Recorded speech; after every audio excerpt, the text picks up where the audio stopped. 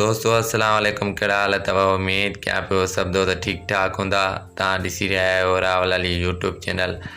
अॼोके इन वीडियो में मां तव्हांखे ॿुधाइण वारो आहियां अदाकार काजल सिंधू उर्फ़ मस्तानी जे बारे में कहाणी ॿुधाइण वारो आहियां। काजल सिंधू असुलु किथां जी आहे, कहिड़े शहर में पैदा थी, हिन फ़न जी शुरूआति किथां कई, अॼुकल्ह किथे रहंदी आहे काजल सिंधू, काजल सिंधू जी असुलु ज़ात छा आहे।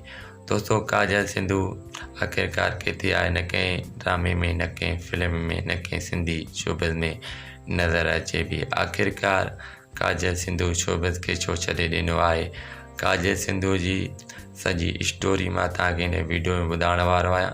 पर दोस्तों असांजी हिकु नंढी गुज़ारिश आहे, जेकॾहिं तव्हां रावल अली यूट्यूब चैनल ते पहिरियों चकर नवां आया त महिरबानी करे चैनल खे सब्सक्राइब करे घंटी निशान ते ज़रूरु क्लिक कयो।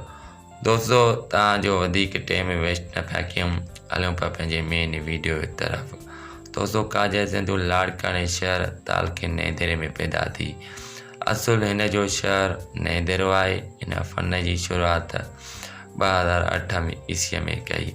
दोस्तों हिन फ़न जी शुरूआति स्टेज ड्रामनि खां कई, जेको हिन जो मशहूरु ड्रामो कोल अथव, जेको दुबई ताईं करे चुकी हुई। दोस्तों काजल सिंधू जी ज़ात ओॾियाणी ऐं हिंदू आहे। दोस्तों काजल सिंधू खे मीडिया में आणण वारो मजूस तालाड़ आहे।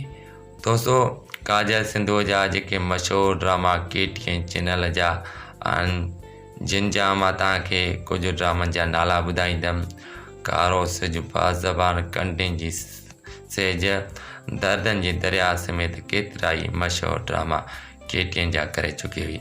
दोस्तों काजल सिंधूअ जो आख़िरी ड्रामो दर्दनि जो दरिया हुयो, जेको मस्तानी तौरु किरदारु अदा कयो।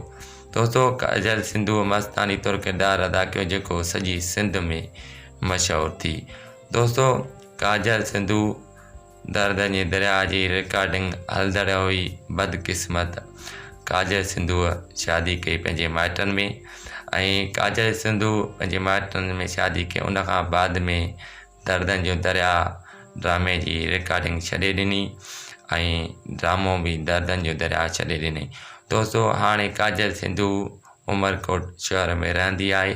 दोस्तों हमेशह लाइ सिंधी शोबिज़ खे अलविदा चई चुकी आहे।